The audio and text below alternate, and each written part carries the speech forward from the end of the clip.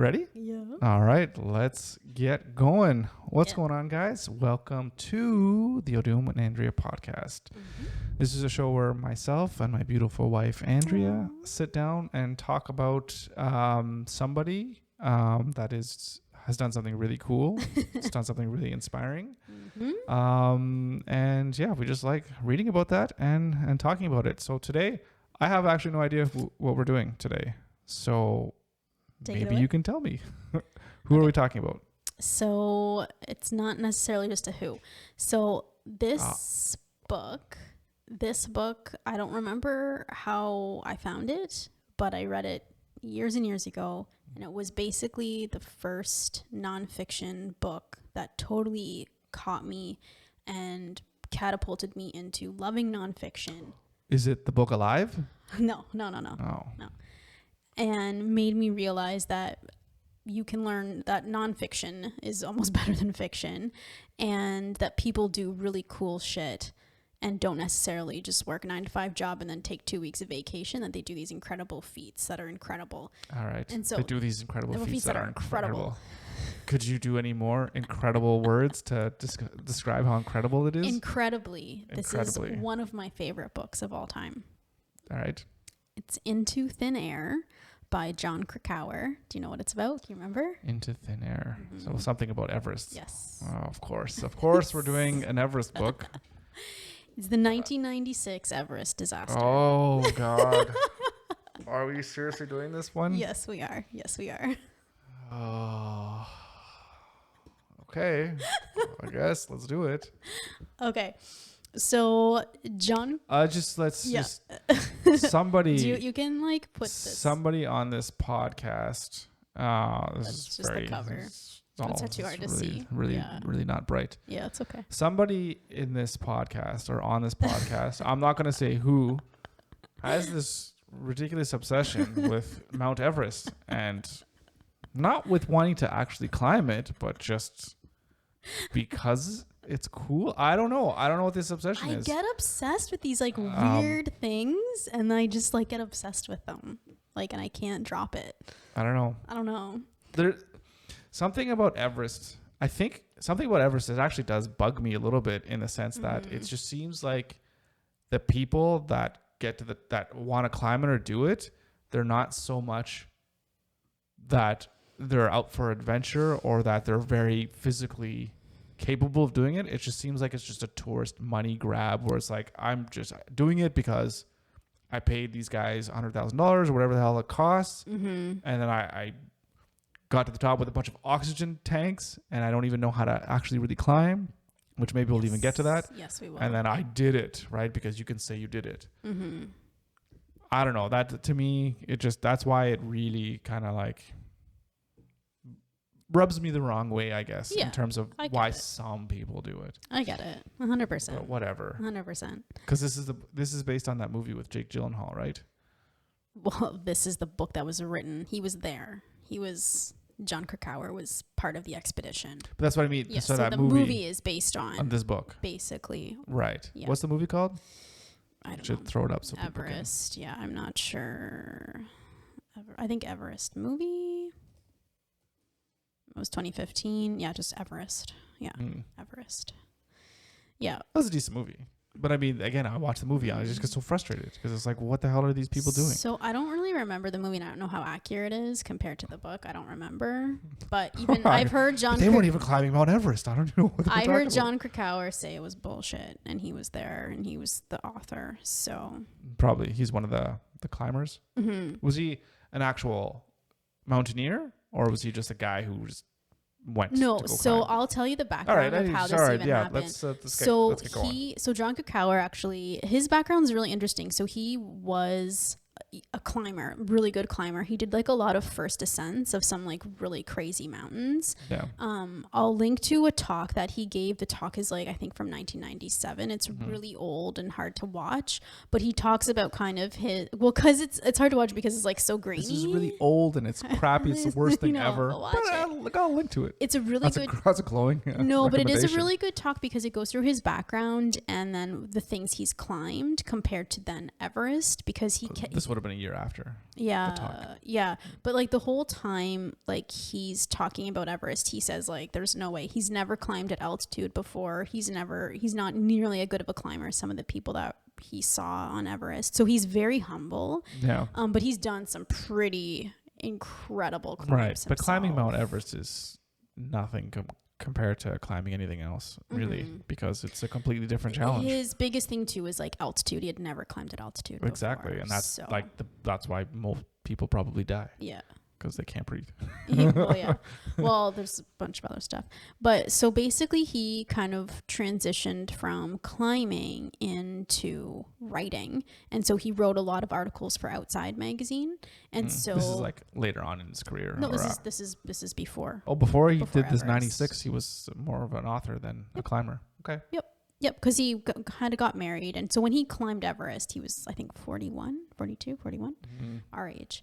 And so so Outside was concerned about the commercialization of Everest, and they were like, well, we want to send you, because he'd written a bunch of different articles, and he had written another book before this as well that was very, very popular and controversial. But he was just, so they're like, we want to send you to base camp and we want you to just write about the commercialization. And he knew if he went to base camp, it was going to be really hard for him not to go climb. All the way. Because the thing is he had grown up with Everest as a goal to climb. Right. And the point and the thing that's interesting about this is that he grew up in Oregon, I think, and his dad was friends with the guy with his name's Tom Hornbeam, and he put up a first ascent of the west ridge of Everest. So there's a bunch of different climbing routes you can take. The two main ones are the south and then the north. The west ridge, people just don't do it. And so his dad was friends with the two guys that were the first ones to ever do it. Okay. And so he grew up with this guy and this guy's kids, and they would always go climbing together.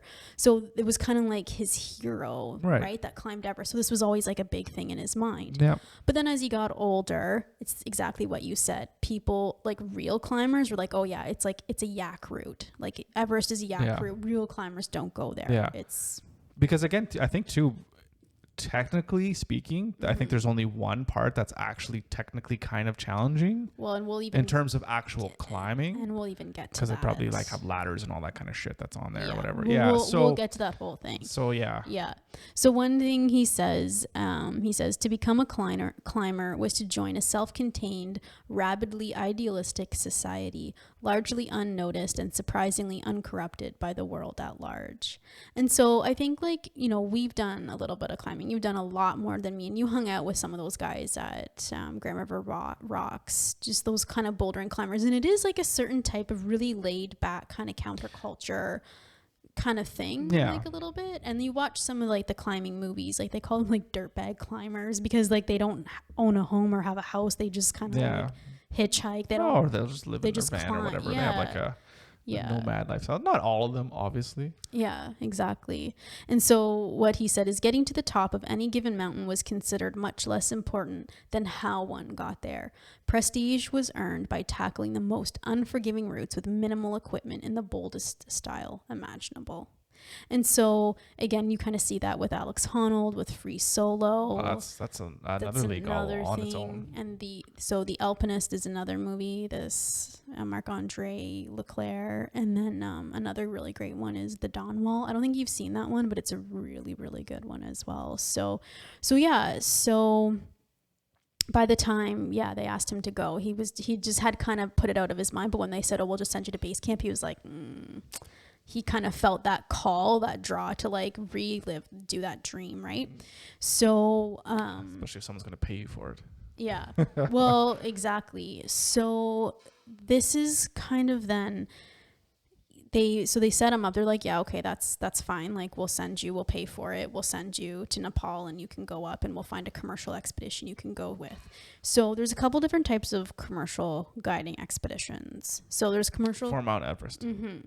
So you can go and you can just pay them just to kind of get the logistics. Then you just climb. It's not guided. You're an experienced climber. You just climb. But they have kind of like the camp at base camp is ready for you, and there's Sherpas that take all your shit up for you, and you just climb it basically. You're not guided. But you're still paying. You're still guided by Sherpas though. You still have you climb. You don't. Sherpas. No. The Sherpas will take your gear up the mountain for you and make the different camps.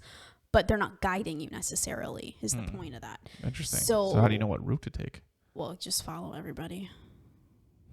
So. But you're not there by yourself then? No, of course not. There's tons of people there. Yeah. But you're not necessarily having like a buddy kind of system like these other ones are like having. A group of like 8 or 10 guys. It's like going on a tour of Italy or something. You hire a tour guide. Yeah. So then the other ones are like the one that he bought his package with they have everything. They set up all the logistical stuff, where you're staying, everything else. You have guides with you that are telling you when and where to climb, how to do the acclimatization.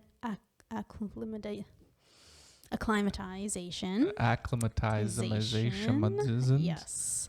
Assimilation is futile. Wait, that's not how it works. Yeah. What is it? Resistance is futile. There we go.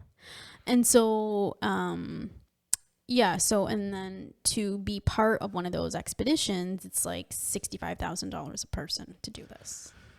Oh God. Yeah. That's a lot. And the Sherpas, they don't even get paid very much of that too, don't they? They're the ones doing all the work. It's like, yo, you're going to climb Mount Everest. Here's people that are going to carry all your shit for you, set up everything for you. Yeah. It's not a lot. That's horrible. But the thing is it's not the reason. Part of the reason why it's so expensive is because you have to get a permit from either China or from Nepal. And so those permits are really expensive as well. So why not get that money? Yeah, exactly. So in 1996, there was 30 different expeditions on Everest. Expeditions on Everest. And there's also a climbing window of when the best time is to climb Everest. So there's a season, right? So you have the best possible weather, right? Yep. So right now, there's people on Everest right now because usually the best day is between the first 2 kind of weeks of May is the best time to go. It's the best time to be at the top. Yeah. And so the reason for that is because it's before the monsoons come in, and so you have this weather window that you can get into it. So it's the best time because that's just the best time. Okay, so that's it. This is the best weather. You don't want to be at the top of Everest and there be a blizzard, or what would even be up there? There wouldn't even be a blizzard. I mean, obviously you can't get caught. Obviously, I'm sure we'll talk because we're gonna talk about it. It is the season of 96. Yeah. So, what happens is there's kind of 2 main competing groups. There's Adventure Consultants, which is led by Rob Hall. He's from New Zealand, and so he had done competing. So 2 different tour guide groups. Yeah, 2 main ones that we're going to talk about. So Rob Hall, Adventure Consultants, he had done 7 summits, so the highest peaks on all 7 continents. So he had done those in 7 months, which is a pretty big feat. You're going to all different continents, you're climbing the highest thing in 7 months. Yep. So, and then if people have watched, I forget what that documentary was called, but it was with Nims Persia, and so he climbed the 14 highest peaks overall. Yeah, in 14 days. No, a little longer than that. Wow, 14 peaks in 14 days. I forget how long it was. Anyways, I can look that up later, but yeah. But wasn't it also within a year? It was within a year. I think year and a half, something like that. Yeah, it was. I mean, it was a world record that he did it in. So. What was I gonna say? I lost something about the guy who did 7 peaks. Yeah, so that's what he did. So that's what he was kind of well known for. But he knew that. So this leader, Rob Hall, he knew that he was just going to always have to kind of up the ante in order to continue getting sponsorships and do riskier things. So it's just not sustainable. So he was just like, I'm just going to start guiding people up these different big mountains, right? That's how I can make my money. So he had kind of started doing that within the last 2 years before 96. Okay. So then there was this other guy, Scott Fisher, who was the head of, it was called Mountain Madness.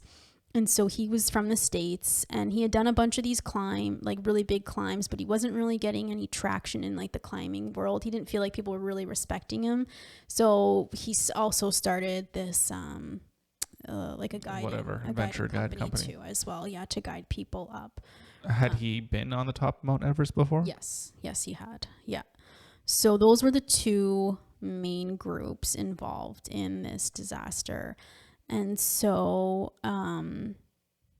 they were kind of competing to see who got John Krakauer to go with them, because they wanted, obviously, whoever he's going to write for, exactly, because this wasn't supposed to be a book. He was just supposed to write an article for Outside. Yeah. And so the reason he wrote the book is because the article just wasn't long enough, and there was a bunch of stuff he had to process and go through, and he just didn't feel like that article really did justice to what actually happened on the mountain. Right. So that's why he wrote the article book. Obviously was not about documenting the worst Everest disaster of all time or whatever, right? So the article was, yeah.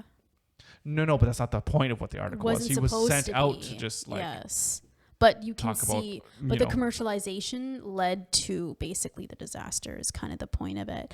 So Scott Fisher was supposed to have John Krakauer on his expedition, right? But Rob Hall came in and said to Outside Magazine, "Well, I'll only make you pay like $10,000 if I can have advertising in return for whatever." So that was a big thing, because he was from New Zealand. He wanted to get into the American market, right? And by advertising there, he would. Mm-hmm. So that's how he got John Krakauer on his expedition. Okay. So they changed it. Did he care, this guy? He had reservations because he knew Scott Fisher, because that climbing community on the West Coast is pretty small. So he knew Scott, and apparently Scott was not happy. Like, he was pretty pissed about what happened. But John's like, well, it's not my choice. Like, they're paying for it. I'm just going where they're sending me, kind of thing. And so he didn't know anything about Rob Hall. So I think he was a little apprehensive. But he decided to go anyways. Because Rob Hall did have a pretty good reputation for running a really like tight ship on the mountain and being very organized. And in the movie, was Rob Hall Jake Gyllenhaal's character, or was he the other guy's character? He was the other guy's character. Yeah. Because I know. Yeah. I don't know if maybe I won't spoil it. Yeah. What happens to both those guys? Don't spoil it yet, but yeah. Well, I mean. Yeah. Okay. So, anyways. But I don't know what the other guy's character was. Sorry, I don't know what the actor was. Jason Clarke played Rob Hall. Yeah. So. Okay. So he went on his. Okay. Yeah. Interesting. Yeah. So, so basically you fly. So they went through Nepal. The Nepal side, which is the south route, side. Is supposed to be the easier side. There's challenges on both sides. I've read books about both sides. But if I was to climb it, I would do the south side. So basically you fly into Kathmandu, and then you take another flight to, it's called Lukla, and that's at 9,200 feet. And then you trek all the way to base camp, which should take you about 10 days. And the reason for doing this is because you can't want to get ready. You have to acclimatize your body. What's the word? Assimilate your body to acclimatize. The elevation. The elevation. Yeah. Oh, Nims Persia did it. Sorry, I have my notes here. He did the 8,000 feet mountains in 6 months, which is crazy. 14 mountains in 6 months. That's nuts. Yep. Yeah. So that's what you do. You walk including there. Everest? Yep, including Everest. Yeah. I guess so, if they're talking about the highest. Yeah. So anyway, so you walk after this, you get to the last airport, you walk for 10 days or so to get to base camp. And then you go from 9,000 feet to base camp, which is what? It is, I think it's 14,000. Sorry, it's higher. I think it's 17,000 feet. 17,600 feet. What's the top of Everest? Is it 21? No, it's 29. It's 29. 29,032 feet, or 8,849 meters. Yeah. So, yeah. That's a lot. No, you mean 8,000 kilometers. Yes, sorry.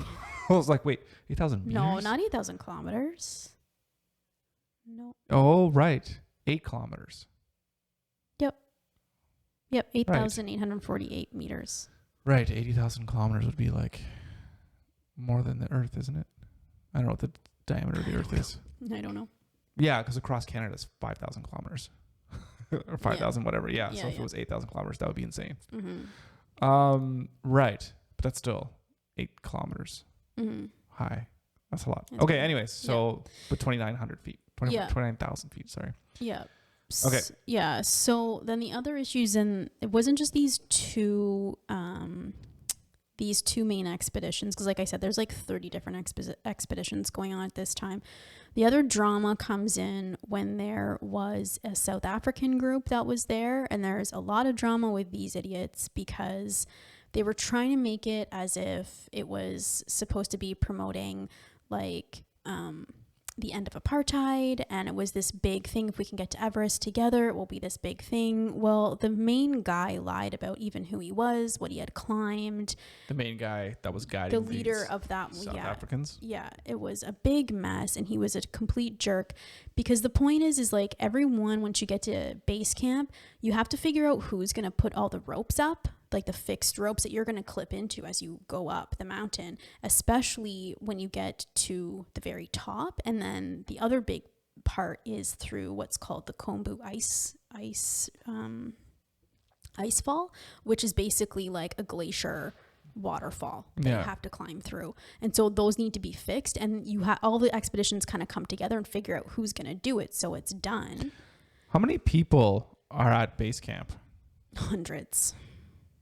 Like 150 or like 900, like so just an idea to get around. So I'm not sure. So to give you an idea, so in 2010, I don't know what it was for 1996, but for 2010 there was just for people that summited, there was 534 people that summited in 2010. Yes. So you can imagine that that's just people that summited. So you're going to have all your support staff, because down at base camp, you have like your kind of control center where you have doctors, you have your person that's kind of in charge and figuring whole everything kinds out. Of so there's tons of people that are going to be there.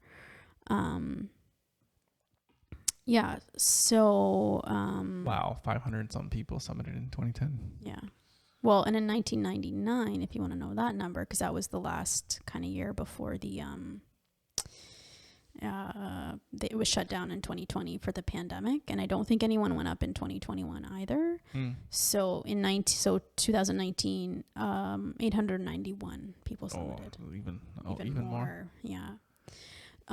So the other group was a Taiwanese group, and these guys were just a shit show. They had to be rescued off of Mount McKinley in Alaska, or Denali, the highest mountain in North America. They had to be rescued. They just did not know what they were doing. They were disorganized. They didn't want to work with anybody. There was like fighting matches between all of these groups. It was a big, big mess. And this becomes a big problem later on.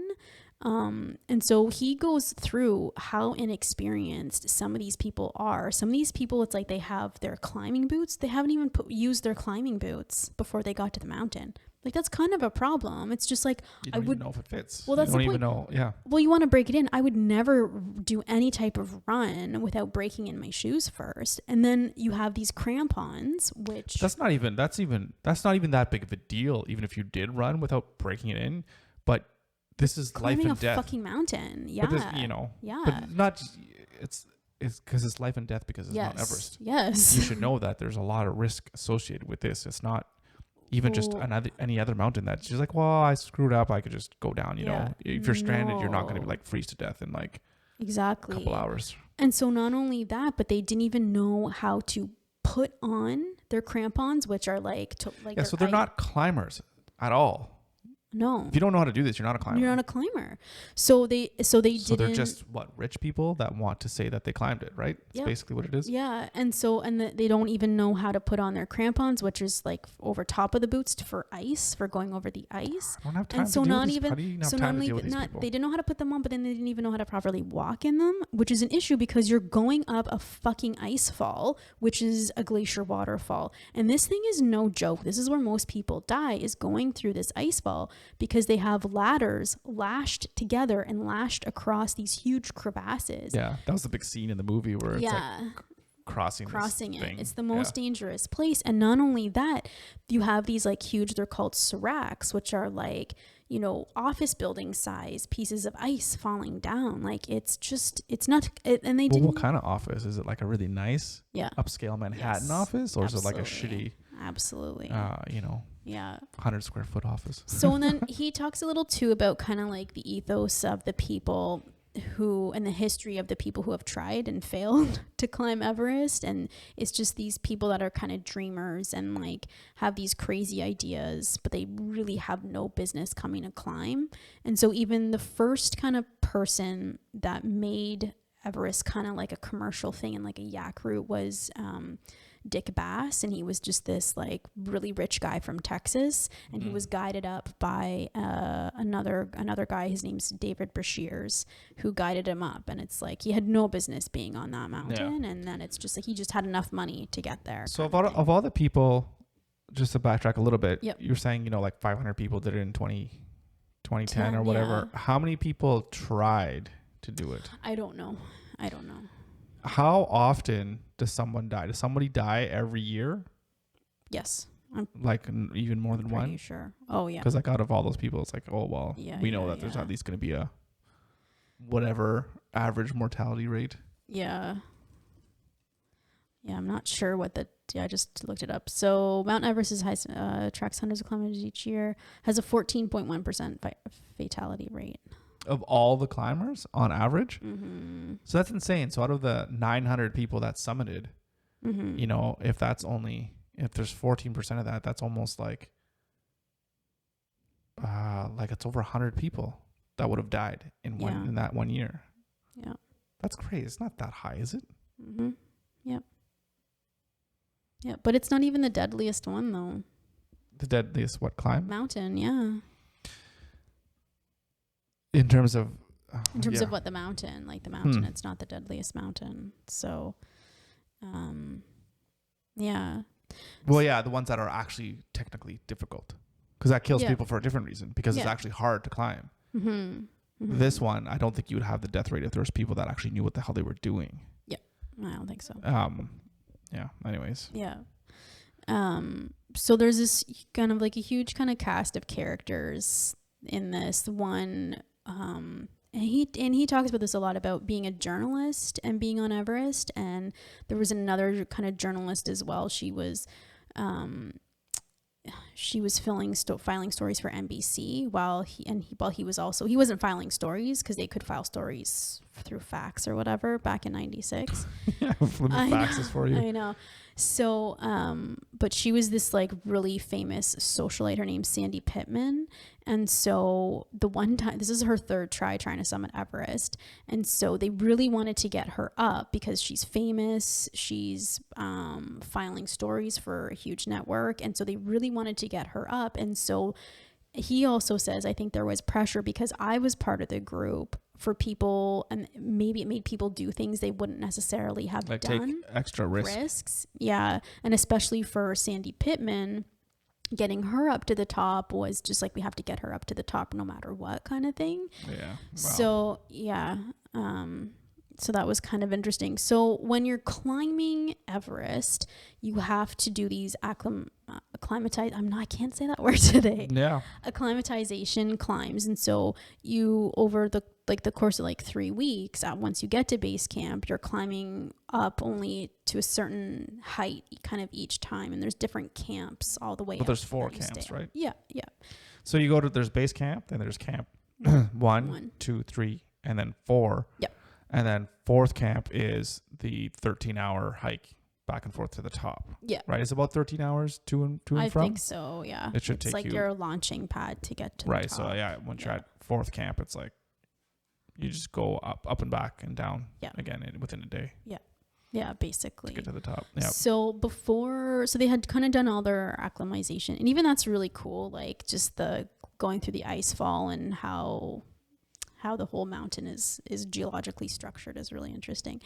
But before they even, before the summit push, all of the teams got together so they could decide who was going to go for the summit on what day, so that there wouldn't be a big backlog. Yeah, you of don't want a bottleneck. Exactly.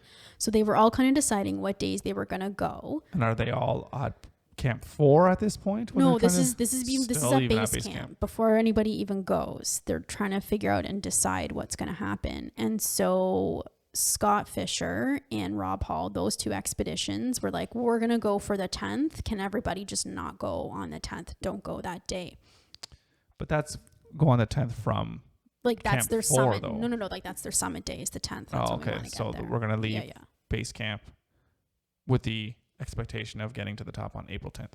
May 10th. Oh, May 10th. Yeah. Okay. Exactly. Got it. And so, of course, the Taiwanese team and the South Africans are like, well, we're not agreeing to that. We're going to go whenever we want to go. And we're going to go on the 10th. Just almost like a big fuck you kind of thing. Like they just didn't want to play ball with anybody. They were just being kind of dicks about it. They should have said like, we're going to go for the 8th or something like that. And then like, well, screw you. We're going to go on the 8th. Okay. Well, then we'll do the 10th then. Yeah.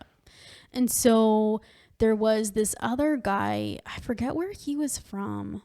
I think he was from like Sweden or something. He had rode his bike all the way from Sweden or Switzerland or somewhere. He rode it.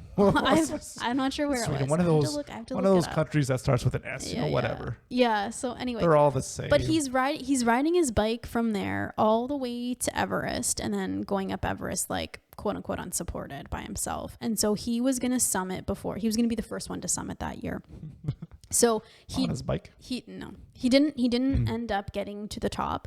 So by the time they were supposed to go to the summit, there was still no fixed lines from what's called the South Summit. There was no fixed lines from there to the top, which is a problem. So from Camp 4 to the top. Well, I think there was fixed lines from Camp 4 to the South Summit. It's just like another kind of those lines, they should just keep those there, right? They should always be there.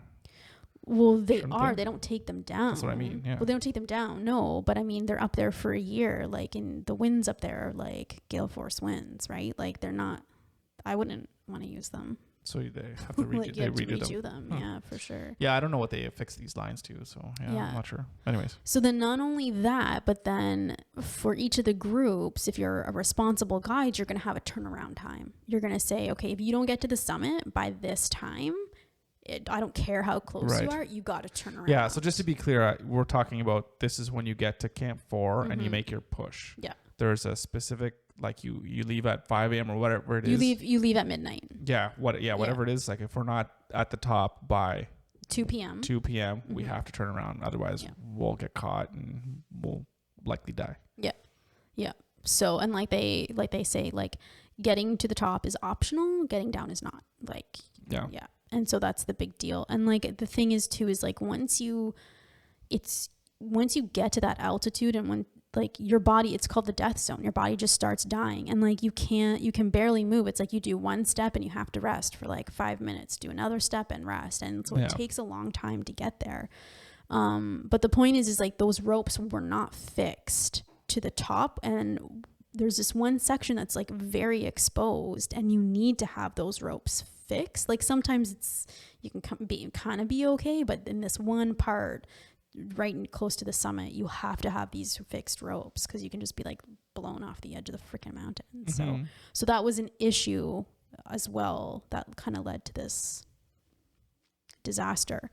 So they leave at midnight and this is his group and then Scott Fisher's group. What day? So this is not the 10th. This is the 10th at midnight. Well, they are leaving on the 10th then. I thought they weren't going to because these other two teams. No, that's what they said. They said this is when we're going. We're gonna go. And so were these other teams even there as well too? Then? They were. Yeah. So then it was just like a clusterfuck of too many people. They made sure that they were out of their tents and they were going up before those guys because they didn't want to be like held up by. Yeah. So they're going up and everything seems fine. Like seems like a great day. The big thing with Rob Hall, the big difference between his expedition and Scott Fisher's expedition. Sorry, which guy? John. Rob Hall. He's on Rob Hall's. Okay. So Rob Hall was like, you have to stick together. You have to stick together so that I know where everybody is. So if there's a problem, then I know where you are and I can get to you.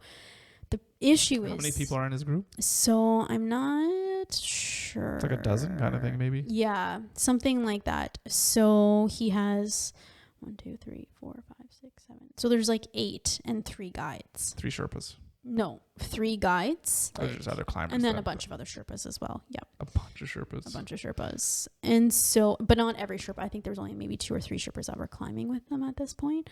But he's like, so he said, but the problem is like not everybody's the same level. Skill level, right. So he told John, because John was actually pretty good. He said like, you have to wait till we all get to this point and then you can go ahead and go to the summit. You don't have to wait for us anymore. You can go. So he ended up waiting. I think it was like at the South Summit. He had to wait for like an hour and a half for everybody to catch up. So you're sitting there exposed, cold because you're not moving. So that was kind of shitty. But then at the same time, Scott Fisher was different and he was just like, oh, just climb. Everybody can just climb.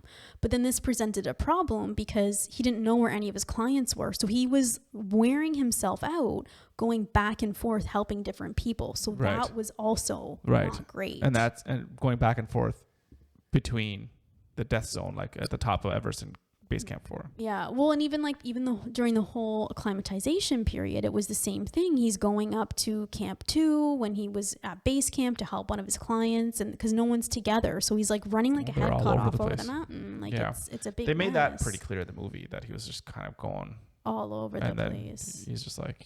And then he had other medical issues on top of that he was dealing with, apparently. So, like, he apparently had some sort of parasite he couldn't get rid of, and it would flare up from time to time, and he was dealing with that. Yeah, that's not And then on top of that, like, they think he was also dealing with, it's called high altitude. It's either pulmonary edema, a cerebral edema. So pulmonary is your lungs. Whatever. And doesn't sound brain. good at all. It's not good at all. No, it's really, really bad. So John's able to get to the top before the cutoff time, but even the cutoff time wasn't like 100% with Rob. Rob didn't give them like a hard and fast. He was like, it was either like kind of 2 or 3. So they weren't really clear 100%. So by the time he gets there, like no one else is there. No one's there. So he's the first one to go. He's the first one in his group to go. And him. Is he by himself or is he with somebody? No, he's with another guide that summits with him. And then how long did they stay up at the top? I don't know, like 10 minutes maybe. Like what do you do? Long. You take a picture and you take a look. But he says like he's so like he's like I had like the mental capacity of like a toddler at that point. And so you don't even like really care. And is he breathing on the tank the whole time? Yeah, he's breathing a tank. Yeah. As soon as they get into camp 4. And that to me is like cheating. Yeah. It's not like it's cheating because you die without it, but it's just like, I don't know. It's weird. It's like the guy who we talked about last week. You're swimming around the ocean, but yet you're like in a submarine. Yeah. I was like, are you really swimming it? There's definitely purists that say you haven't climbed it if you've used oxygen. Yeah. So, yeah. So, but whatever. I mean, I don't. Yeah. Again, this is why Everest. It's a different thing. It's a completely different thing than somebody doing something. Yeah. Really like swimming or running or walking even or biking, whatever. It's just a different beast altogether. At least it is now. Yeah. Yeah. Anyway, so he summits. So he summits and he starts to go down, and so there's this one. Really, it's the only real technical piece on the mountain, and it's called the Hillary Step, and it's named after Sir Edmund Hillary, who was the first person. Him and Tenzing Norgay were the first people to actually climb Mount Everest. Yeah, and they probably did it without oxygen because that was before oxygen was even a thing. No, I'm pretty sure they did it. Okay. They did it without oxygen. Actually, yeah, you're right. But no, oxygen was still a thing back then. Well, I know oxygen's always a thing, but did they actually? When was like an oxygen tank invented? I guess they had them. I don't know when it was invented. In the 50s that they got to the top. Okay.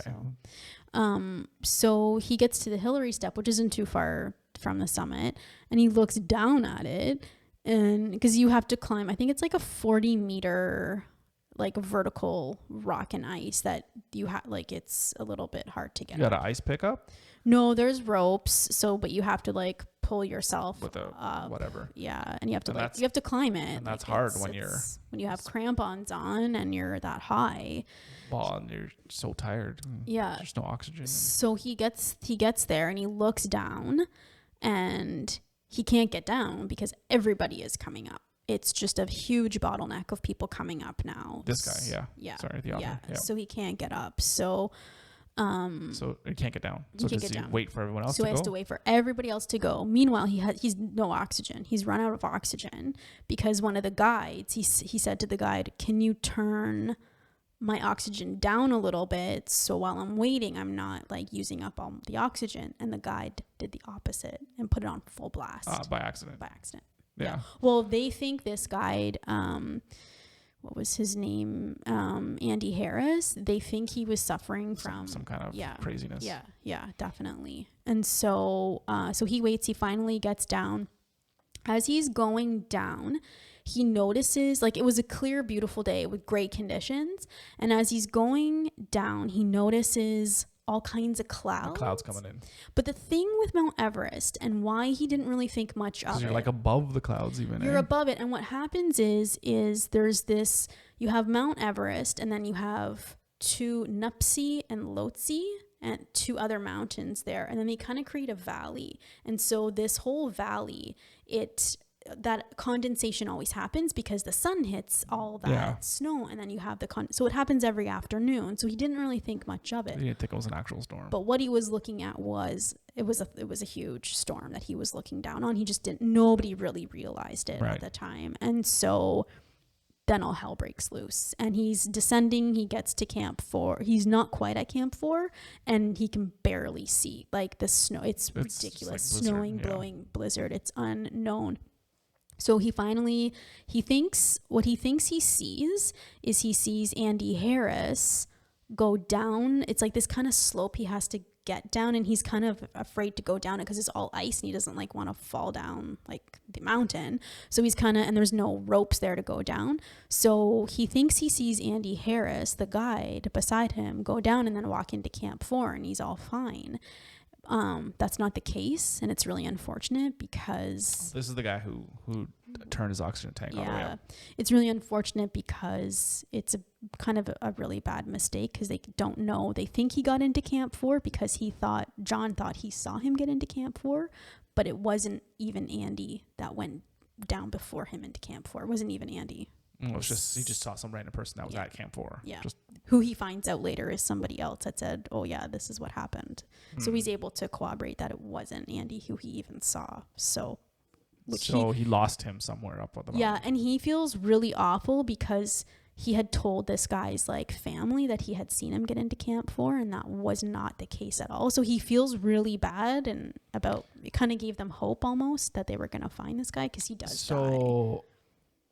So he's talking to these people that he said he saw him go to Camp 4. When is he having these conversations with these people? Like after the fact, I think. Like a couple hours after he got in? With people at base camp, yeah. Oh, because they're just talking on the radio. On the radios. Right. So he gets into camp and he's just like, oh, thank Camp goodness. 4, Like everything's good. And he's just like, he's done, like completely done. Dead. Even like he's getting delusional, like it's not right. So what do you do? You're not out of danger. Even just by getting back to Camp 4, but there's oxygen for him at Camp 4, so he puts oxygen on and just rests, and so they just kind of rest and then go down for like the day, and then go down the next day. Yeah, well, he doesn't get back into camp until 6 p.m. on May 10th. So he summits at 2. It only takes 4 hours to get down. It takes a lot. That's crazy. So you're saying it takes basically like 14 hours to get up, and then only 4 hours to get back down. Yeah. So that makes sense. It's always easier. Do you just slide down? Just put on a crazy carpet? I don't think so. I don't know. I think it'd be kind of cool.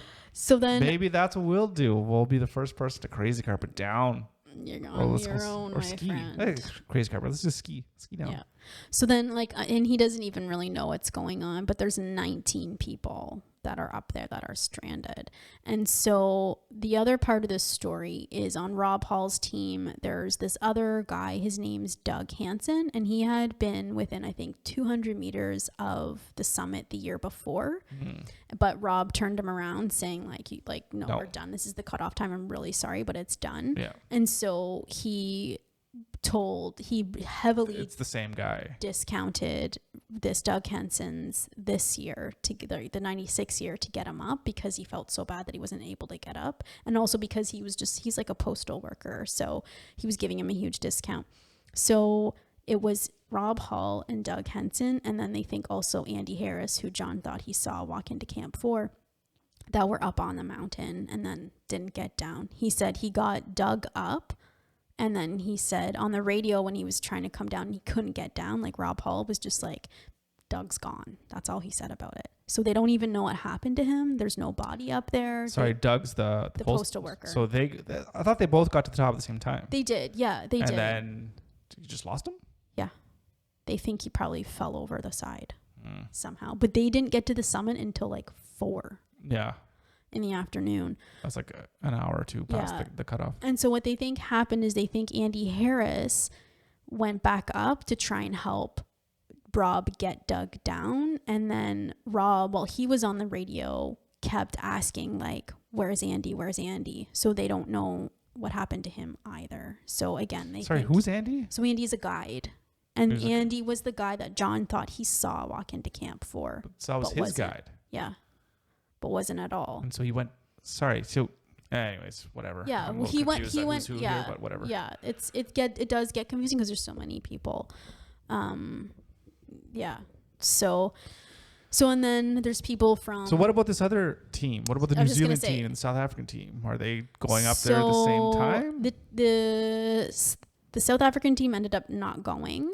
The Taiwanese team did, which they were part of that bottleneck at the Hillary step. It ended up their guide had to be rescued as well from the top. And then so the guide did get to the top. Yeah. Did the rest of his team get to the top? No, I think maybe 2 of them. What happened to the rest of them? They were able to get down, but he was so badly off. They eventually got him down to just above the ice fall, and the helicopter came in, which does not happen because helicopters there's not enough oxygen in the air for them to get there. Fly. So that was a huge. So a helicopter rescued them even above Camp 4? No. Above the ice fall, like right above the ice fall, but like above base camp. Oh, above base camp. Yeah. Oh, sorry. So you have base camp, then you go up through the ice fall. Yeah, then there's Camp 1 even. Yes. Sorry, I'm talking all about camp. I'm talking about. Yeah, I know. Camp I understand, 4. and I'm telling you, I'm just going ahead a little bit because you're asking what happened to him, and I'm saying. Oh, this is on the way down. No, I just meant what happened to him once he summited. Did he get back down to Camp 4 one day? People had to go back up and help get him down. But eventually they brought him down to Camp 1, and so yes, he lived. Yeah, they had to evacuate him on this. From there after. Yeah. Okay, that's just what I want. Yeah. So all those other people on his team, did they just go back down to I Camp guess 4? So. He doesn't talk about it. That's what I would imagine. None of them. They didn't die up there, but no. Right. So, and then there was another big group of people that was a conglomeration of both Rob Hall and Scott Fisher's group. They did get to the summit, and then some of them got to the summit. Some of them were kind of waiting for others to come back down. Like Beck Weathers was a big example of this. Rob Hall, the guide, told him to wait because he couldn't see. Like he had some sort of surgery on his eyes before, and the pressure and the altitude made it so that he couldn't see. So Scott said, okay, Rob said, you have to wait here for me. Just wait here. And then I'll bring you down to Camp 4 after I summit or whatever. So he's waiting, and doesn't go down, doesn't move. So then finally one of Rob Hall's guides sees him and is like, okay, well, I'm going to bring you down. You can't just stay here. Like, I don't know where the hell Rob is. Yeah. I'm bringing you down. So, and then he has a whole group of other people with him. And the weather's getting so bad. They can't see where they're going. They end up like meters away from Camp 4, but the weather's so bad they just can't get there.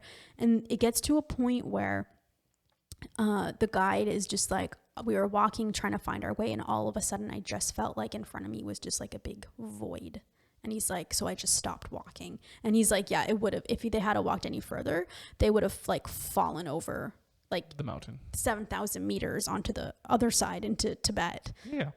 Fall off the mountain. Yes. So they stop and they just kind of find a place to kind of huddle up until there's like a clearing in the storm. Eventually. So they were close to base or Camp 4, but then they veered off course. They veered off. They just, but that's they don't they have ropes? That's what I don't understand. I thought they're following ropes. There was no rope here. There was no rope at this point. So, so eventually it does clear, but they're huddled out there the whole night in this freaking blizzard. Eventually one of the guides goes back and tries to get help. He does, and they're able to save most of the people except for, she's a Japanese woman on Rob Hall's team. She's just there, like there's no saving her and we have to leave her. And they thought this other guy as well was dead, as we're just like, he's gonna die as well. It ends up, so this guy is Beck Weathers. He walks into Camp 4. They're like, what the That's the Josh Brolin's character in the movie where he was like, I don't know what happens, but he just gets up and walks up. He has like frostbite like everywhere. He loses his nose. He loses his nose, and I think one hand and part of another hand he loses. But they're just like, this guy just, and eventually he's even able to like walk down the mountain like on his own steam. He along with tough son of a bitch. He along with the Taiwanese guide is one of the ones that gets airlifted within the helicopter to safety kind of thing. But that was just like, everyone's just like, how is this guy even, and like, he was left for dead like literally multiple times on this thing. Like, it was kind of crazy. But it was just so disorganized, and sounds messed up. It was really messed up. So, but the big thing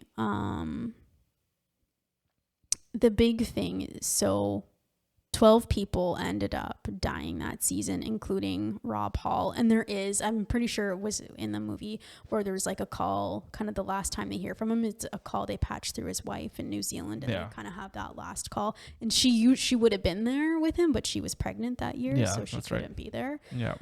So it's just like, oh my gosh, like it's so sad.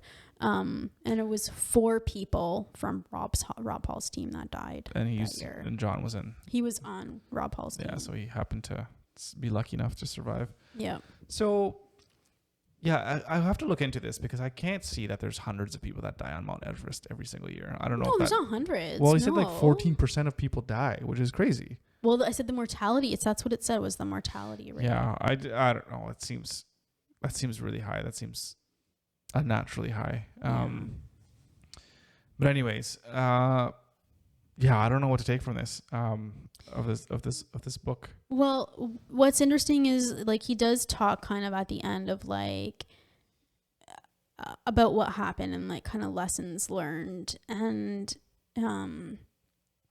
like kind of like what happened. And so hubris was a big thing, and so Rob Hall had never had to deal with bad weather. So I don't think he had that even experience of knowing what to do. And because it did come up so suddenly and so shockingly, they didn't have a turnaround time. So that wasn't great. But they usually do, but they just didn't stick with it. Yeah. That's what it sounds like. There was all these delays with getting those fixed lines up.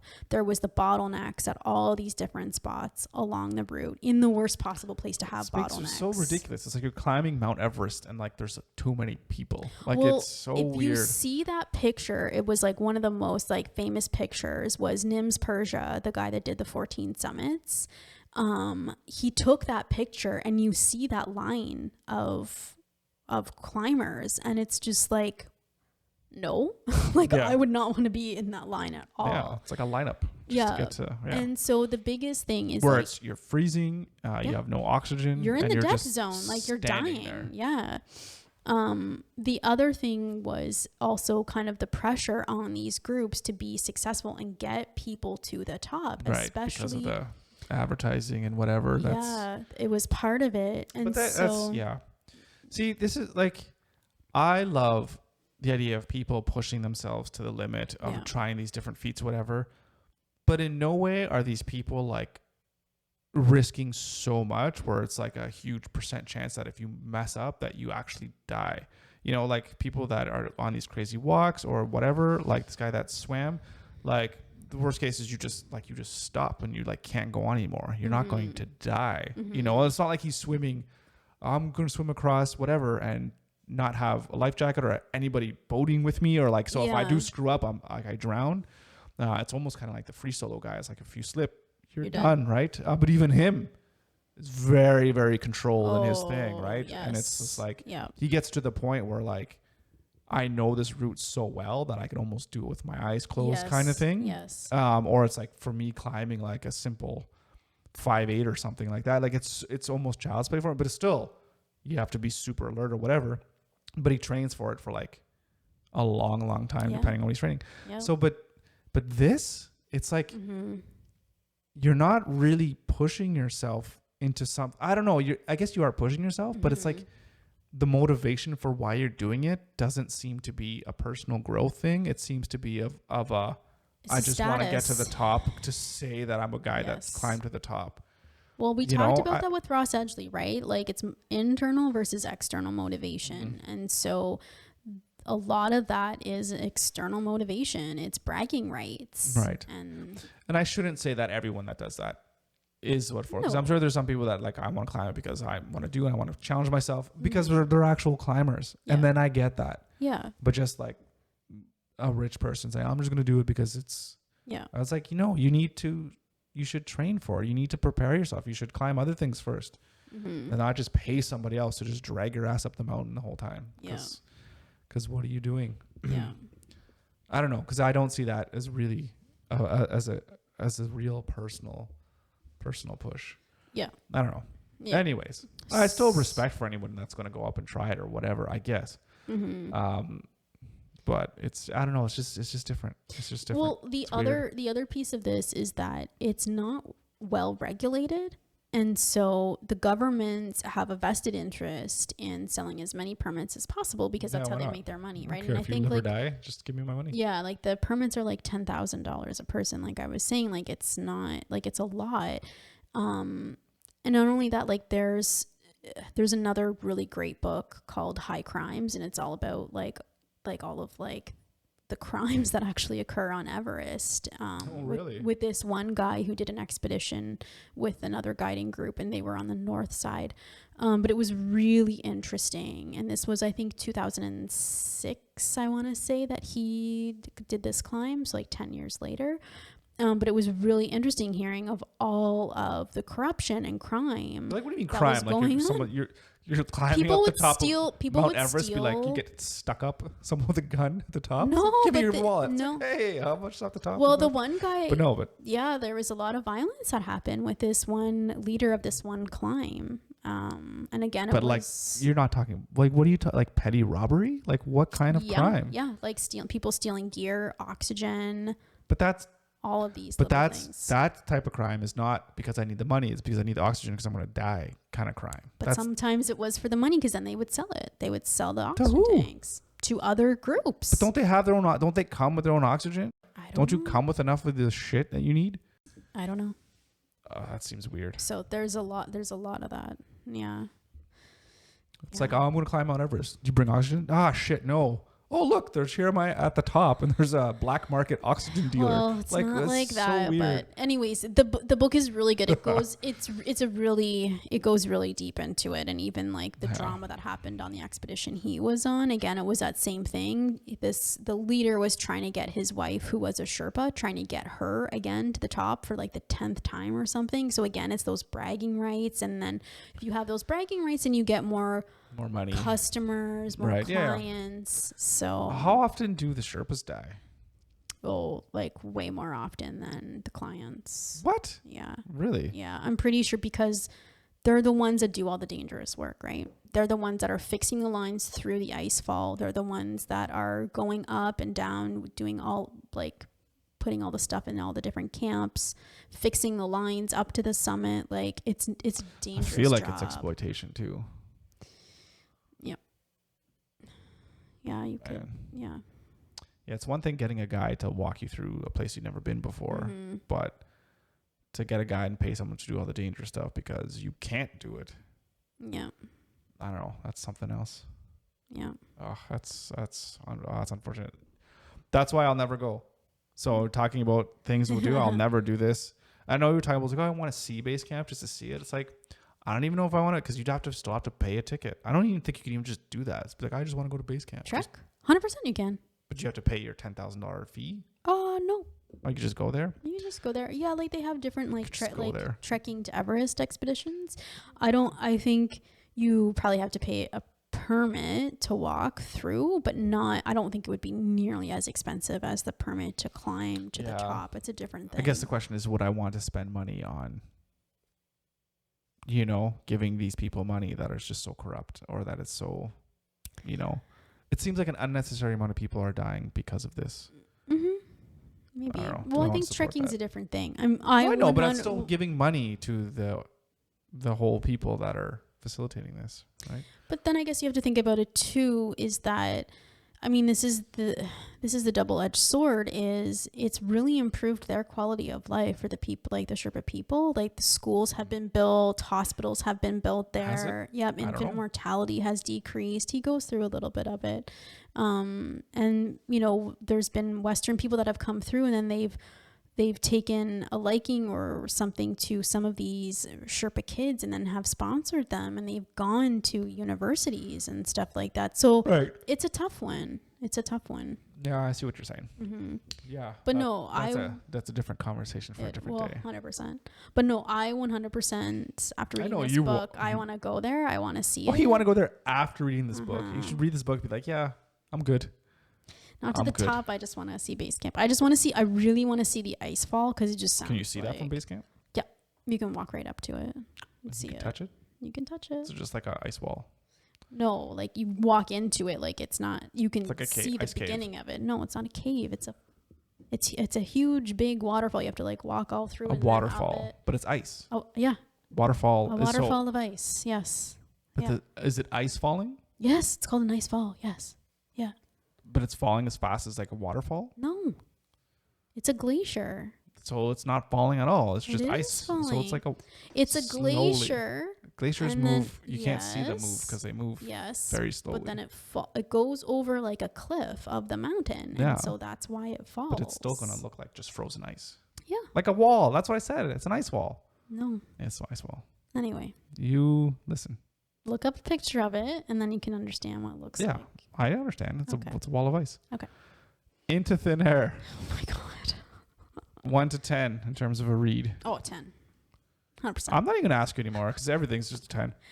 Well, I was thinking about this the other day. 100%. I was thinking about this the other day. Do you think I'm going to even... There is one book I did read, and it wasn't great. I didn't even finish reading it. But you gave it like a 9.3. No, and I was like, well, this is like a 2, so I'm not going to talk about it on the podcast. I'm only going to talk about good books on the podcast. I know. So. All right. Yeah. In terms of 1 to 10, in terms of do you want to do this or not? No. Probably a 0.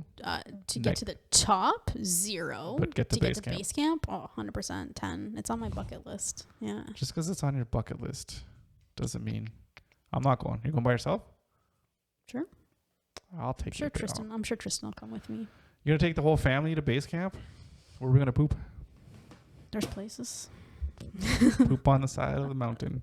Sweet. I wonder where it's got to be filthy up there. Like all the oxygen tanks that are left behind. So they did used to call it like the world's highest trash heap, but they've done expeditions, and the government actually gives incentives to people to take down their trash. AKA money. Yeah. Or take trash if you see it. If you're going down, just pick something up. And then I think regardless, you can take extra, but you definitely have to take your own now. Like whatever you bring up, you have to take it. Like or else what? Well, I don't know. I'll be like, listen, I had to drop. I don't know. Rather pay a fine than die because you won't want to carry crazy. Well, that too. Maybe we should get Ross Edgley to climb Mount Everest with a log on his back. You see him? His muscles. He's got this big log. What the fuck are you doing? Yeah, just making this a little bit more challenging. Why not? I should Photoshop that thing. Big ass tree. Fuck. Well, people have done crazy stuff. Like they've skied. They've gone to the top and then skied down it. Mount Everest? Yeah. That's what I told you. Yeah, let's do that. They've done snowboarding down it. Why not? I think the guy and they're dead. the guy that was the director, I forget his name now. He was the director of Free Solo. He's a huge climber too, and so I think he was like one of the first people to snowboard down Everest. So, but he didn't snowboard down the actual top part of it, but just at some parts of it, maybe. Do you know what I mean? Like, I don't think you want to do that at the top, because that's just kind of stupid. But maybe, like I said, crazy carpets. No, it's a thing. Thank you. Nope, not happening. Well, if you want to get down fast, I guess so. So, that'd be one hell of a ride. Nope. I like it. So.